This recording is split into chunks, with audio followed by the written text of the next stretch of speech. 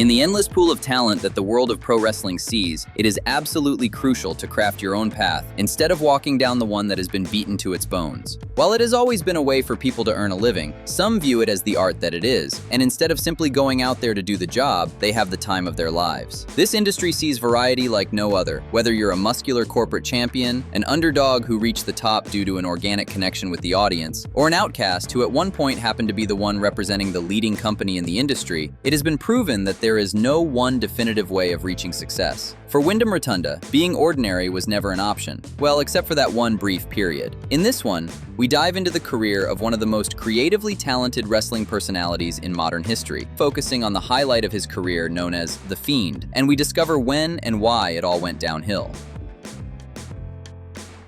Wyndham Rotunda was known to be a creative individual with an utmost love for the thing he was doing. For how long the work on the Fiend character had been going on is unknown, but the result brought the change to his eater of the world's personality that he so desperately needed. Finally, after Bray being absent for more than half a year, the innovative Firefly Funhouse segments made their debut in April of 2019. Well-received, pre-recorded segments that caused a lot of buzz, including discussions over whether he was now a good guy or the same villain we had known for so many years. I mean, it can be understood that after so many years of being synonymous with terror, the now neatly dressed Bray Wyatt wanted to earn the audience's sympathy. That wasn't exactly the route Creative and Bray were going for, with the character now actually becoming even more sinister and having deeper complexity behind it. You have to appreciate the idea of an alter ego when it's done right. And here we had a very contrasting mix of the overly manipulative Bray Wyatt and the demonic version of him in The Fiend. What made the character even stronger is that beneath all the horror aesthetics, there was still an actual emotional core behind it. The Fiend was not evil just for the sake of being evil. In many ways, he represented Bray Wyatt's years of failure,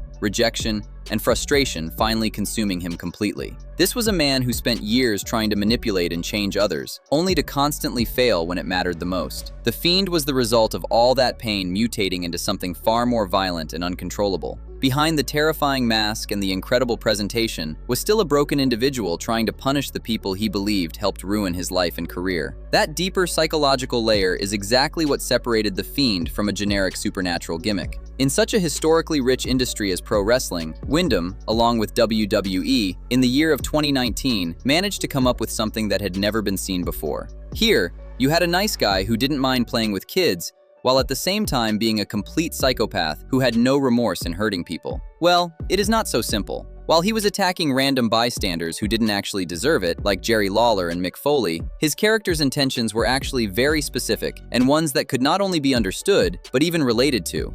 Just look at the list of his opponents. First, Finn Balor. One thing Bray borrowed from his former teammate Randy Orton was the deep desire to be the apex predator. With Finn Balor being the other guy with a demonic side to him, The Fiend saw him as a way to make a statement and showcase that he was on a different level.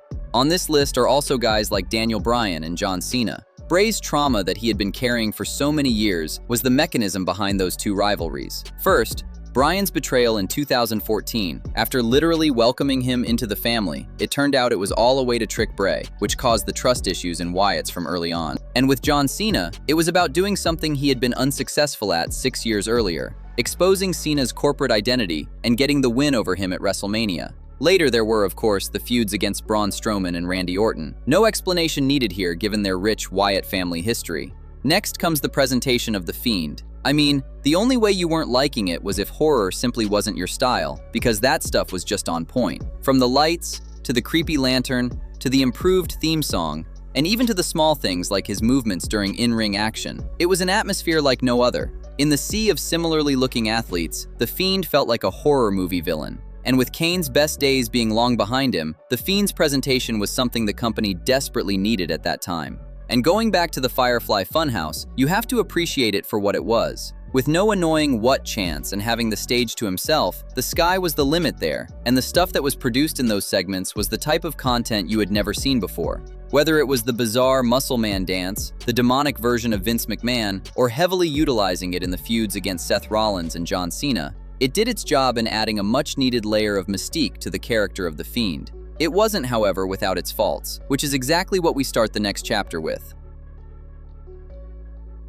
As beneficial as the Firefly Funhouse was for this renovated version of Bray Wyatt, it had one big problem that was hard to ignore. And while it is understood that worthwhile things take time, the fact that there was a 4-month gap between the debut episode of the Funhouse and the Fiend's first match had already turned some fans against the character. As important as it was to tell the story of Bray Wyatt making his transition into the more sinister persona of the Fiend, fans couldn't help but feel the déjà vu that was taking them back to the old days of Bray Wyatt, where the payoff to all the character work was nowhere to be seen. Simply put, everybody's stomach has its limits, no matter how good the food is. Similarly, as refreshing as the Funhouse felt at first, some fans' boredom was understandably getting the best of them as the months went by. Credit is due where credit is due, because the Fiend's debut match was exactly what it needed to be, dominant and to the point. This momentum, however, was cut short, which brings us to the second mistake in this story. Whether this new version of him needed the World Championship is a topic of its own, which will be addressed later. But what matters here is his story with Universal Champion Seth Rollins, particularly their Hell in a Cell match, because what happened inside of it was anticlimactic to say the least. With all the planning that went into this new persona of the Fiend during Bray's absence from the company, the long stretch of Firefly Funhouse episodes before he finally made his way back into the arenas and squashing Finn Balor, you would think they had it all figured out. I mean, many months of careful groundwork were laid out in order to make it something special, and in only his second match he technically loses. And of course, that is not what the history books say, as the official outcome was some sort of draw, if you will, but the fight was literally stopped after Seth destroyed his opponent and stood over the Fiend's beaten body. At the time, it definitely felt like creative had put themselves in a situation with no exit plan, where they didn't want Seth to lose the title just yet, but at the same time, didn't want the Fiend to formally lose the match. When it was all said and done, this new alter ego of Wyatt experienced its first serious hit to its credibility. And while the company acknowledged the audience's feedback by making their rematch a bout that couldn't be stopped for any reason and having the Fiend win the gold, it again seemed like a short-term plan given that their WrestleMania plans did not include Bray Wyatt as Universal Champion. And while he made it to WrestleMania season as champion, Bill Goldberg of all people was waiting for him. Without a doubt, this was a turning point for the Fiend's character, after which he just didn't have the same aura ever again. As committed as WWE seemed to be to the Fiend's persona, at the end of the day, money comes first. And the idea of Goldberg versus Roman Reigns at WrestleMania was something they couldn't resist, even if it meant that the Fiend, who for the past 10 months had a crazy buzz behind him and was presented as an unstoppable force, would lose to the semi-retired Goldberg. And if that wasn't ridiculous enough, the match lasted a total of 3 minutes. 10 months of consistent work and character building were thrown out the window in 3 minutes. With the Fiend being presented as an invincible entity, losing the match in such fashion to somebody whose prime was back in the 90s and still being expected to be taken seriously would be the same as John Cena preaching the never give up mindset and then tapping out. Nobody would buy Cena's message after that, and that was exactly the outcome for the Fiend, given that the fans had slowly started turning on the character despite Wyndham Rotunda nailing it from day one. And speaking of John Cena, the Fiend's win over him at WrestleMania was the last happy ending for the character. You might say that is not true given that he won the Universal title back during the summer, which in reality turned out to be a short-term gain and a long-term loss that brings us to the next piece of this puzzle. Due to their Wyatt family history, his feud with Braun Strowman was a program that made sense until it didn't.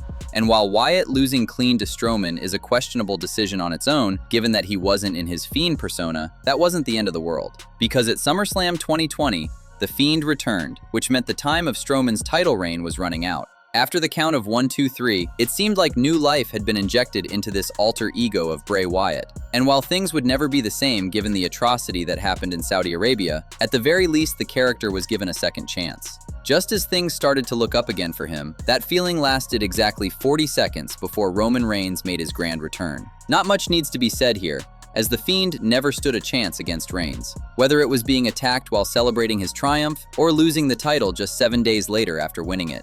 There is no better time to address the topic of whether making the Fiend world champion was the right decision, whether it was shortly after his in-ring return in 2019 or after already suffering damage to his credibility in 2020. As nice as it was seeing the brilliant talent that Wyndham Rotunda was score 2 more title reigns during his run as the Fiend, in the end, it served as a ticking time bomb for the integrity of the character.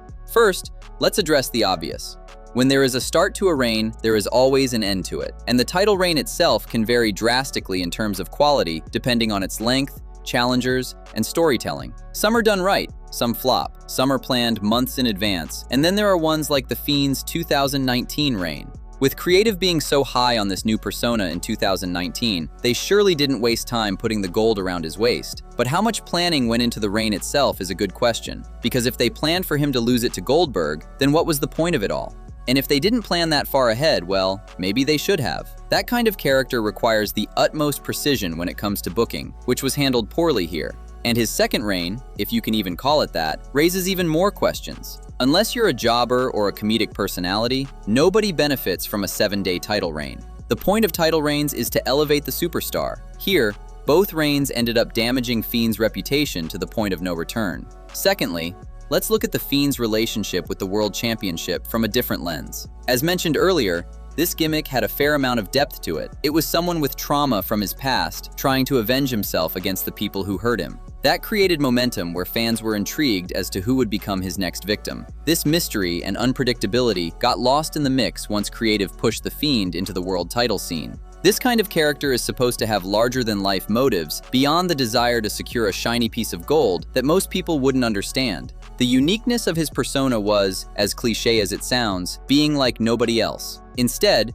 just like any other guy on the roster, he was now pursuing titles. That brought opponents into his story with whom he had no personal history, that being Rollins and Goldberg. In the case of The Fiend, being a successful long-term champion would never have worked. By design, his character was about selecting and targeting his next victim. By being champion, this logic reverses, where now he is the one people chase. And to state it point blank, some characters are simply better without gold around their waist. Whether it is The Undertaker during the majority of his career, Jake Roberts, or Andre the Giant, the concept is not new, and maybe, just maybe, that should have been the case here. Finally, let's discuss the last program of The Fiend, which destroyed whatever little aura he had left. Before we get to his opponent, let's first discuss Alexa Bliss's role in The Fiend's lore. What initially started with intrigue pushed the supernatural aspects into near-parody territory for some viewers. At first, it made perfect sense. One of The Fiend's core goals was to prove that he could change people psychologically. It was something that had been teased during his rivalries against Daniel Bryan and John Cena, and now he had finally succeeded by corrupting Alexa Bliss. Him fully absorbing Alexa into his world felt like the ultimate example of his powers. This story took a downhill turn when it started transforming into something overtly supernatural. The magical powers of their duo and the possession-like behavior eventually caused more harm than good, given the negative feedback it received. Moreover, Alexa's involvement gradually shifted the focus away from Bray Wyatt himself.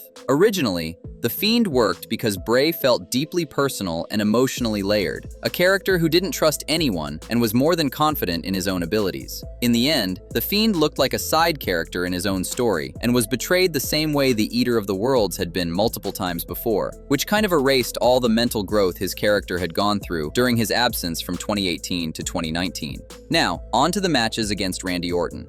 First, let's specify that their first meeting at TLC 2020 was a match literally called Firefly Inferno, something that you would think would heavily shift the advantage toward The Fiend and serve as the perfect chapter in his revenge story against the man who burned down the Wyatt compound years earlier. But instead of finally giving Bray Wyatt closure, WWE once again undercut the character at the payoff stage. The Fiend was set on fire and defeated in his own specialty environment, temporarily disappearing from television afterward. And when The Fiend eventually returned months later at WrestleMania 37, fans expected the long-awaited revenge story to finally reach its conclusion. Instead, the match abruptly ended after Alexa Bliss distracted The Fiend, allowing Randy Orton to pin him once again. The ending confused audiences and effectively killed whatever aura the character still had left. The unstoppable horror entity that once felt unlike anything else in WWE had become just another victim of inconsistent booking and creative overindulgence. That was the last of The Fiend, as WWE managed to release one of the most creatively talented superstars they've had.